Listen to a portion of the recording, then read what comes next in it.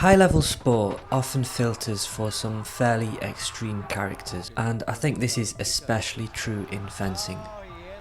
In a sport which doesn't exactly guarantee riches or fame, even for its greatest champions, what is it that motivates people around the world to dedicate their lives to this game? Is it extreme self-confidence, even arrogance? An abnormal level of competitiveness? Or maybe some deeper underlying insecurity?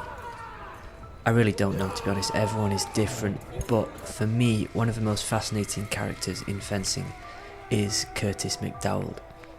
He is undoubtedly one of the most talented American épée fencers of his generation, and yet he has managed to build a reputation for himself that isn't exactly positive. Curtis first held an épée aged 12 at the Peter Westbrook Foundation in his native New York City. The Peter Westbrook Foundation, we've been operating for over 30 years. Our objective, our mission is to serve inner city kids. His first ever opponent was considerably taller than him and a good 5 years older, but despite this disadvantage, Curtis was quickly able to take in the advice from his instructors in order to win the bout. This moment would change Curtis McDowald's life. McDowald would go on to volunteer as a coach at the Peter Westbrook Foundation. And in 2017, Peter Westbrook himself, the legendary founder of the program, gave the following description of Curtis McDowald. Now he's become humble.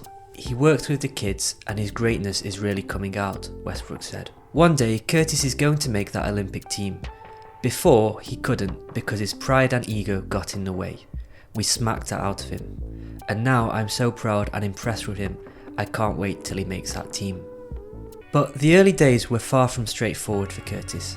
He describes an incident that appears to have stuck with him. When he was just 14 years old, Curtis faced severe punishment from Fencers Club, a prestigious Manhattan establishment that also hosts the PWF. Curtis's crime was borrowing an equipment bag from the club's Lost and Found, which his friend would then return the next day. The bag turned out to belong to future world foil champion Miles Chamley-Watson, and for this mistake, Curtis was reprimanded in front of the younger fencers, ordered to write a letter of apology, and suspended from the club for a year. Unsurprisingly, this suspension seemed to scar McDowald. I just genuinely thought, man, maybe I'm a bad person, he says.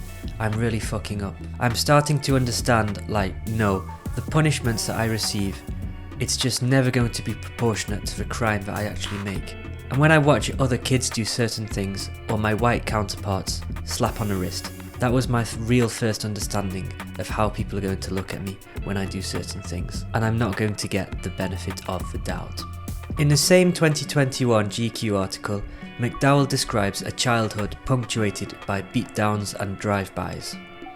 But fortunately, fencing gave him an opportunity to escape.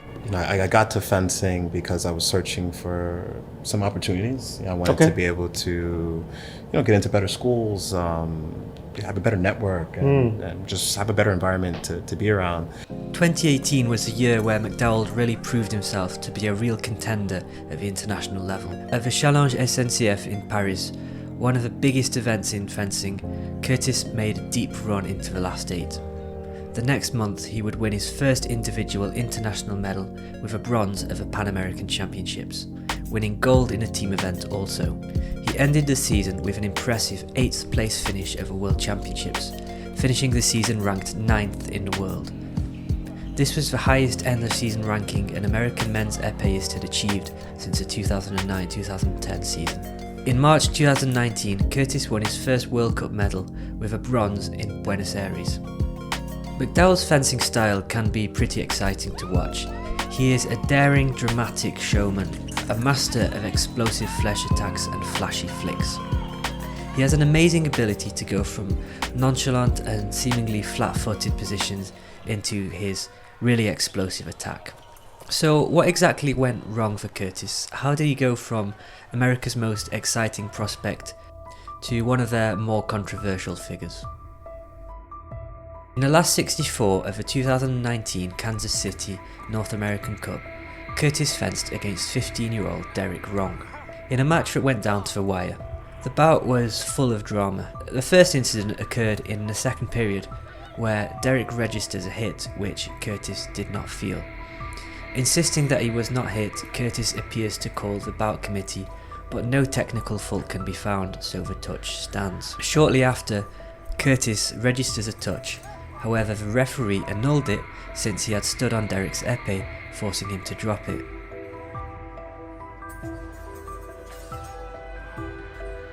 Curtis is once again visibly frustrated. Soon after, Curtis wins a touch from a passivity call.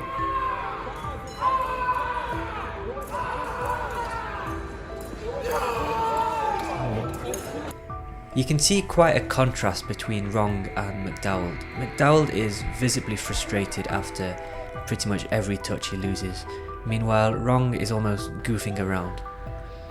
At some point, an argument breaks out between the coaches, but both fencers for the most part stay out of it. But then this happens.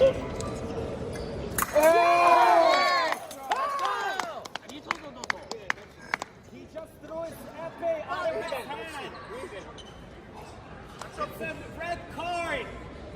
Charles, he's trying to cheat now! It's red card, he took his head and chucked it out! After failing to land an attack, Curtis drops his épée in an attempt to get the touch annulled. But no one really buys it and the touch stands. The match goes down to the wire, and at 14:14 they go to priority minute, and twice Curtis throws his mask in premature celebration.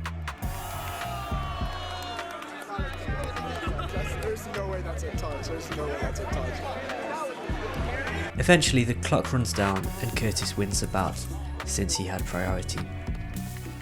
There's no shame in having a close bout with a younger fencer, but the way Curtis acts during this bout doesn't exactly scream emotionally stable. But somehow later on the same day, things get even worse. The tone of the bout is set early on when Curtis is reprimanded by the referee for screaming in his opponent's face. What is? Yelling in someone's face? Soon after, he is carded for a similar thing where he even shoves his opponent. Curtis protests the decision vociferously. He's gonna get carded for that.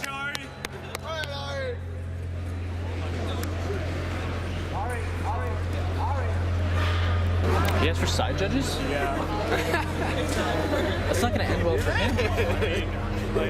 Okay, be my guest. Somehow not learning his lesson, Curtis later shoves his opponent once again, and again receiving another card.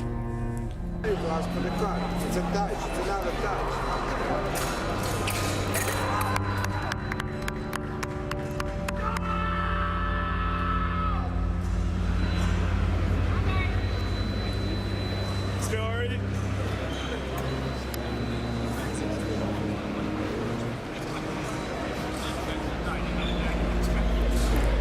Why don't you just get side judges?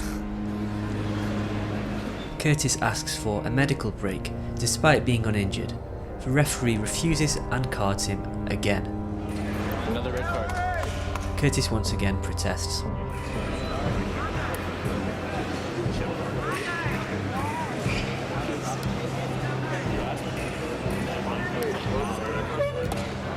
Red card him again.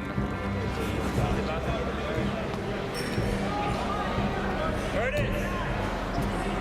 You're gonna get black carded. You're not wrong. Ari Simmons would go on to win the match fairly convincingly.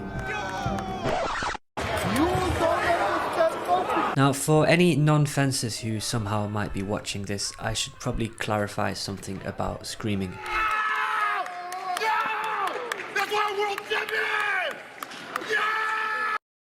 Fencing can be really emotionally intense, and many people find that screaming can be an effective way of venting these emotions and hyping yourself up.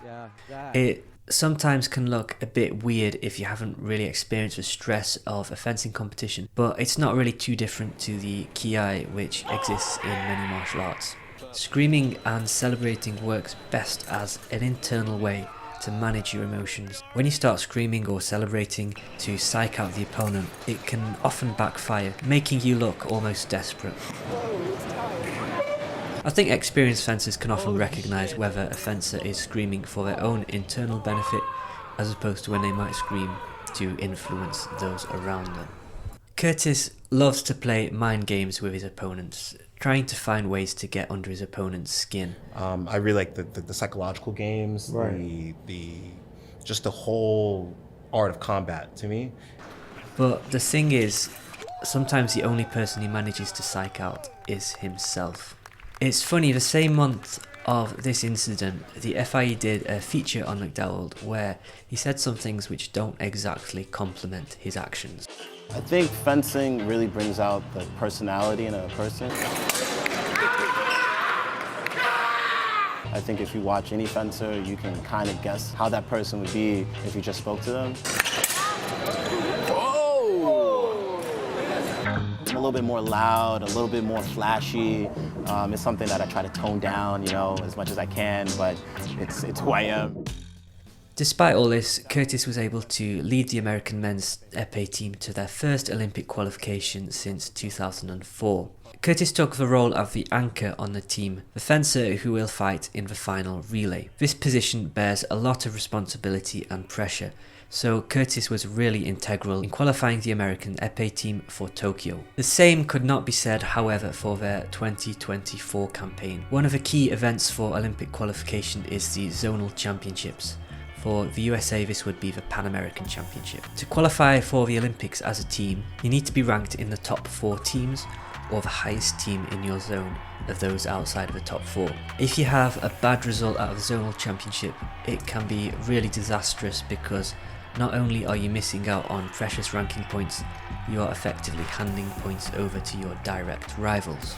In 2023, in the semi-final against Colombia, Curtis came on in the final relay, 3 points behind, but he was able to level the score. However, a couple of yellow cards would then put the Colombians ahead by 1 point. First, McDowald was carded for this action, then he received a second card for halting the bout without a valid reason. Soon enough, McDowald found himself behind with only a few seconds left on the clock. On a couple of occasions, he really should have lost the match on cards for starting early. However, the referee was lenient to begin with.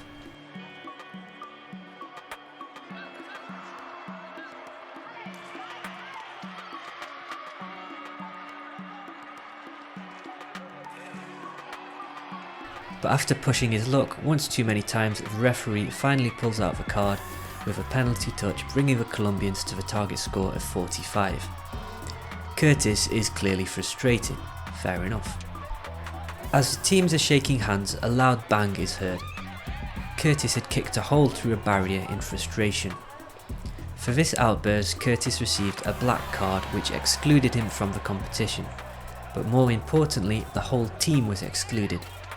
This not only meant that they were unable to fence for the bronze medal, they were not even given a finishing position in the tournament, losing all potential ranking points they would have won from their result. This effectively ended all realistic hope of the USA qualifying a men's épée team for the 2024 Olympics. After being barred from selection for the 2023 World Championships, Curtis was able to find some redemption some months later, leading the team to victory at the Pan American Games. You would hope that at some point Curtis would have learned a thing or two about discipline and the dangers of pushing the rules just a little too far.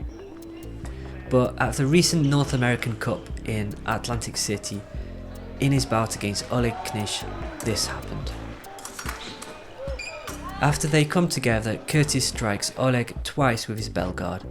There is clearly no intention to land a touch from Curtis, it is clearly just spiteful and violent. Frankly, there's a decent argument to be made for giving a black card for this on the grounds of deliberate brutality, but the referee doesn't even give him a yellow. Curtis did, however, receive yellow cards later for some fairly reckless actions.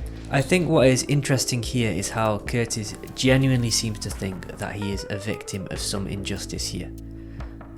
I'm not really an épée referee, but this seems to me like a fairly clear decision. You can't punch someone in the face, bowl them over, and then expect not to get a card, surely. The match goes to 14-14 and ends with a twist this time. Curtis gets another card, but this time for touching his electrical equipment midway through the touch.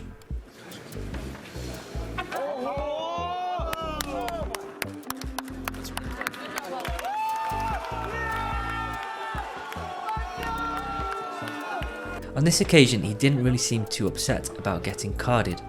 It's bizarre, almost as if he would rather choose to lose on a card than risk getting outfenced on the final touch.